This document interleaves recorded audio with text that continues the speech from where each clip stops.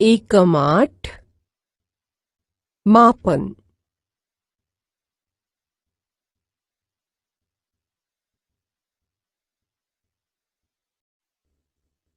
બાળમિત્રો, તમારા ઘરમાં તમારાથી કોણ ઊંચું છે અને કોણ નીચું છે એ તમે ક્યારે જોયું છે?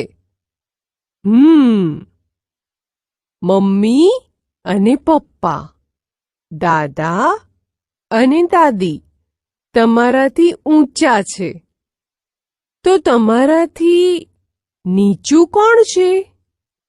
તમારાથી નાનો ભાઈ કે બહેન તમારાથી નીચા હશે, બરાબર ને? મિત્રો, મારા એક હાથમાં લીંબુ હોય અને બીજા હાથમાં તરબૂચ હોય, તો એ બંનેમાંથી ભારે શું હોય? એવી જ રીતે એક ચોપડી અને એક પેન્સિલ લઈએ તો બંનેમાંથી હલકું શું હોય? દોસ્તો, કોણ ઊંચું, કોણ નીચું? શું હલકું, શું ભારે? આ બધું જોઈએ એને માપવું કહેવાય. ચાલો આજે માપવા વિશેની વધુ માહિતી મેળવીએ.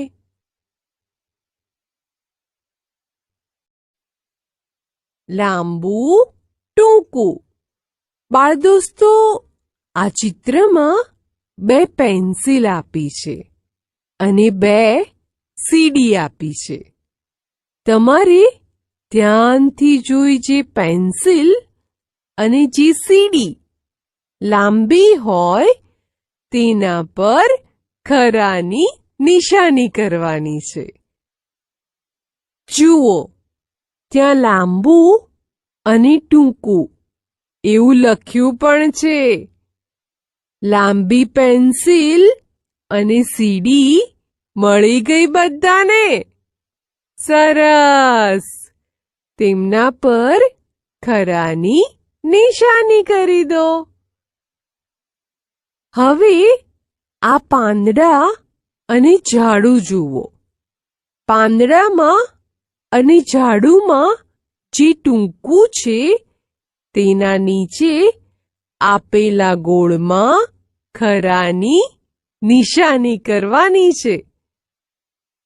હા, ટૂંકું પાંદડું અને ટૂંકું ઝાડું મળી ગયા અને આ કરી દીધી ગોળમાં ખરાની નિશાની.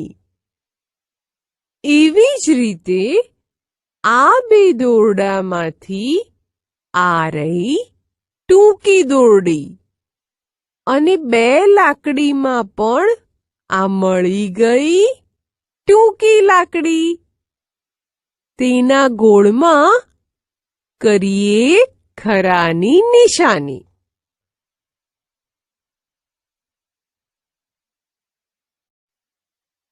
સૌથી લાંબુ, સૌથી ટૂંકું.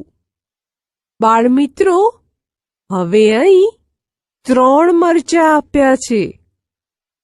તમારે ધ્યાનથી જોઈને કહેવાનું છે કે આમાંથી સૌથી લાંબુ મરચું કયું છે અને સૌથી ટૂંકું મરચું કયું છે? હા, ખરું છે.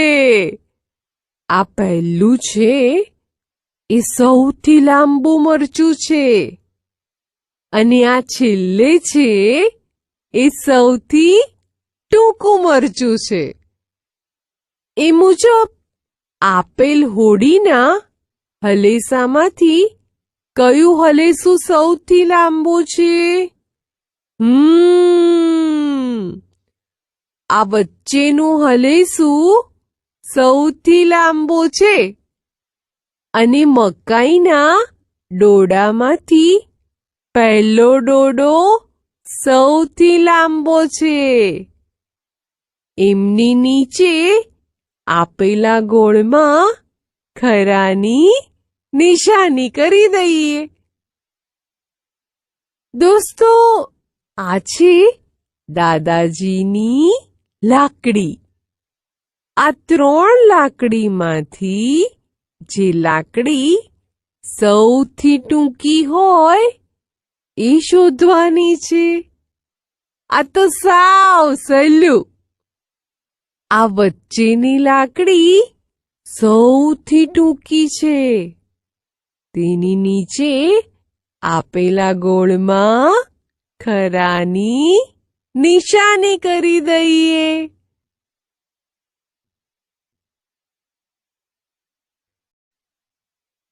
ઊંચું નીચું.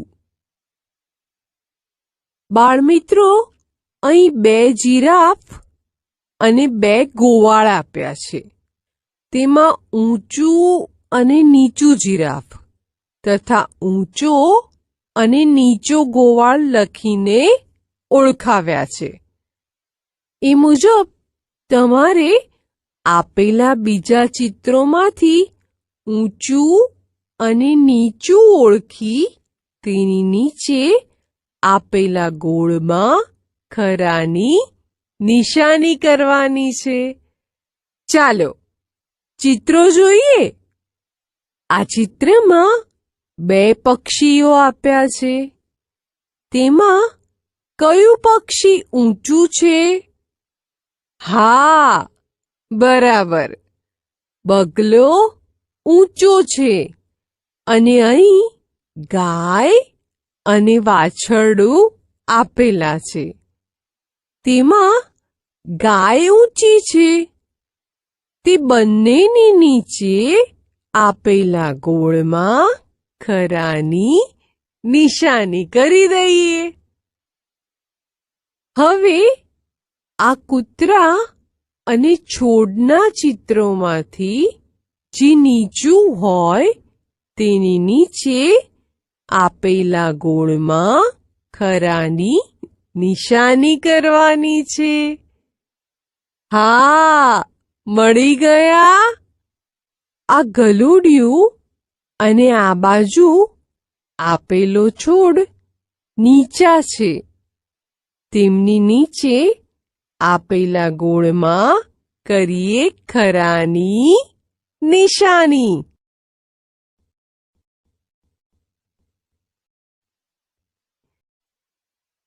સૌથી ઊંચું, સૌથી નીચું. દોસ્તો, અહીં 3 ઘર આપ્યા છે. તેમાં સૌથી ઊંચું અને સૌથી નીચું ઘર કયું છે એ લખીને બતાવ્યું છે. આ સૌથી ઊંચું અને આ સૌથી નીચું. એવી જ રીતે આપેલા ઝાડમાંથી કયું ઝાડ સૌથી ઊંચું અને કયું ઝાડ સૌથી નીચું છે એ પણ લખીને બતાવ્યું છે.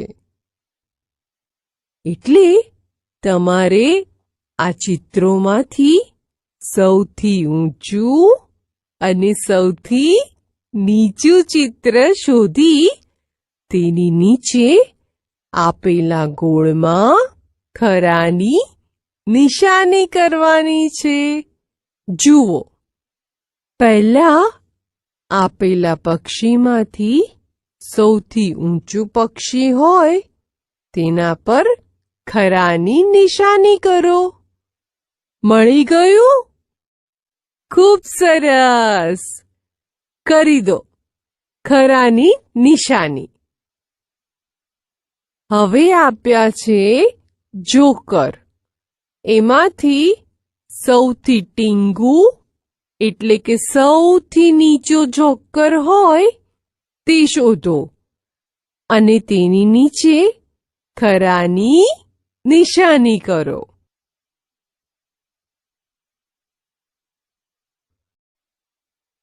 જાડું, પાતળું. દોસ્તો, તમે ચોકલેટ ખાવ છો? શું ના? બધા ચોકલેટ ખાવ છો પણ ના પાડો છો. તમે ચોકલેટ ધ્યાનથી જોઈ છે? આમાં કોઈ પાતળી હશે તો વળી કોઈ ચોકલેટ જાડી હશે. ચાલો આપણે બીજી એવી જાડી પાતળી વસ્તુઓ જોઈએ. જુઓ, અહીં બે છોકરીઓના ચોટલા અને દોરીના બે કોકડ બતાવ્યા છે. તેમાં એક છોકરીનો ચોટલો જાડો છે તો બીજી છોકરીનો ચોટલો પાતળો છે. એવી જ રીતે એક કોકડું જાડું છે તો એક કોકડું પાતળું છે. ચાલો બીજા ચિત્રો જોઈએ. હવે બે સાવરણી અને બે ઝાડના થડ બતાવ્યા છે. એમાં જાડી સાવરણી અને ઝાડના જાડા થડ નીચે આપેલા ગોળમાં ખરાની નિશાની કરવાની છે. ચાલો જાડી સાવરણી અને જાડું થડ શોધો જોઈએ. શું થયું? મળી ગયા? સરસ!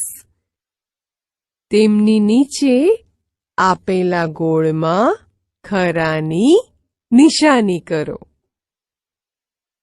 હવે બે તીર અને બે દોરડા આપ્યા છે.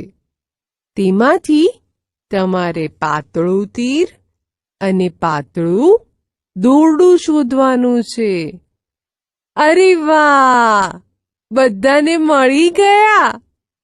ખરાની નિશાની કરી દઈશું ને? લ્યો ભાઈ, આ કરી દીધી.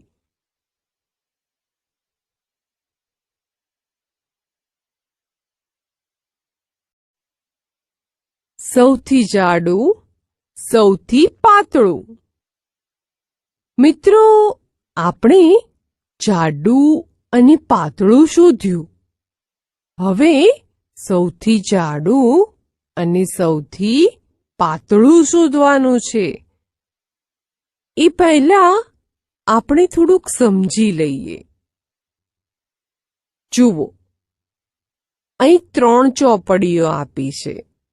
તેમાં આ સૌથી જાડી અને આ છેલ્લે છે એ સૌથી પાતળી ચોપડી છે.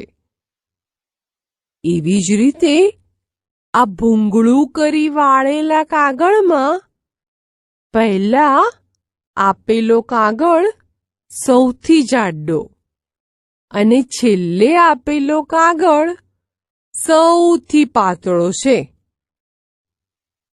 એવી જ રીતે તમારે આ 3 પેન્સિલમાંથી સૌથી જાડી પેન્સિલ ઓળખવાની છે. સૌથી જાડી પેન્સિલ? હા, પહેલી જ આપી છે. ખૂબ સરસ! તેની નીચે આપેલા ગોળમાં ખરાની નિશાની કરી દો.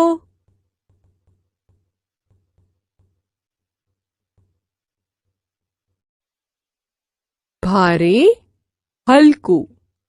દોસ્તો, આ ચિત્રો જુઓ. જોયા? પહેલા ચિત્રમાં ત્રાજવામાં એક બાજુ મોટું કોળું મૂક્યું છે તો બીજી બાજુ એક ટમેટું મૂક્યું છે. એમાં કોળું ભારે છે અને ટમેટું હલકું છે. તો ભાઈ, આ હાથીભાઈ અને કીડીબેનમાં કોણ ભારે અને કોણ હલકું? હા, સાવ સહેલું છે. કીડી હલકી અને હાથી ભારે. ચલો તો એ કહો, આ તાળું હલકું કે શર્ટ? બરાબર, તાળા કરતા શર્ટ હલકું હોય. શર્ટ નીચે આપેલા ગોળમાં ખરાની નિશાની કરી દો. તો આ બે ગેસના બાટલામાંથી કયો બાટલો હલકો હશે? નાના બાટલા નીચે આપેલા ગોળમાં ખરાની નિશાની કરી દો. હવે પતંગ અને ફિરકી અને આ બે માછલીમાં ફિરકી અને મોટી માછલી ભારે છે. તેથી તેમની નીચે આપેલા ગોળમાં ખરાની નિશાની કરો.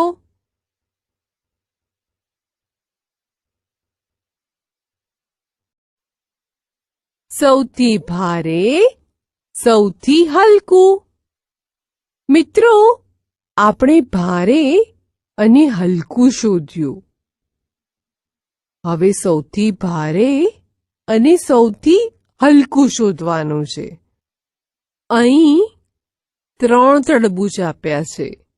તેમાં પહેલા આપેલું તરબૂચ સૌથી ભારે છે અને છેલ્લે આપેલું તરબૂચ સૌથી હલકું છે. ચાલો હવે આ ચિત્રમાં આપેલા વોટર બેગ, દોરાની ગરેડી અને કલરનું ડ્રમ આપેલા છે. આ ત્રણેયમાંથી જે સૌથી ભારે હોય તેના ખાનામાં ખરાની નિશાની કરવાની છે.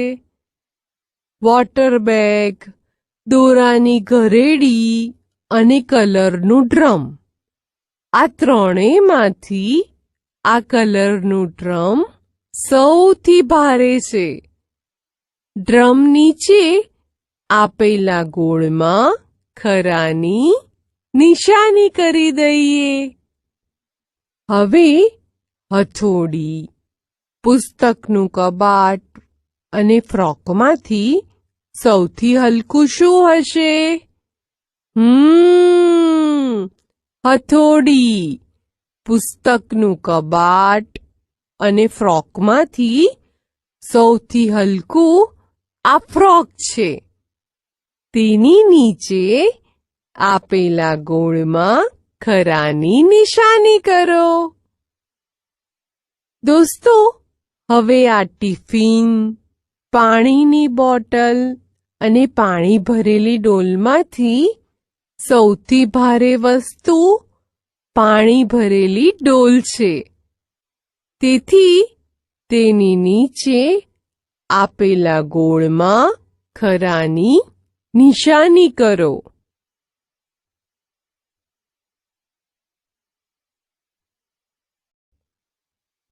માપન. દોસ્તો, સુથારભાઈ ટેબલ બનાવવા લાકડું કાપે છે અને કાપતા પહેલા એનું માપ પણ લે છે.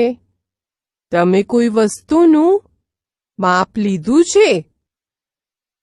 આ ચિત્ર જુઓ.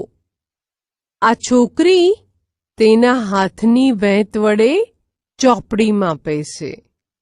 ચોપડી છોકરીના હાથની 3 વેંત જેટલી છે. એટલે ચોપડીનું માપ 3 વેંત થયું. દોસ્તો, હવે આ બીજું ચિત્ર જુઓ. આ છોકરો પોતાના હાથની વેંત વડે ટેબલ માપે છે. તમે બેઠા છો એ પાટલી તમારી વેંત વડે માપી અને તમારી નોટમાં લખી તમારા શિક્ષકશ્રીને બતાવજો.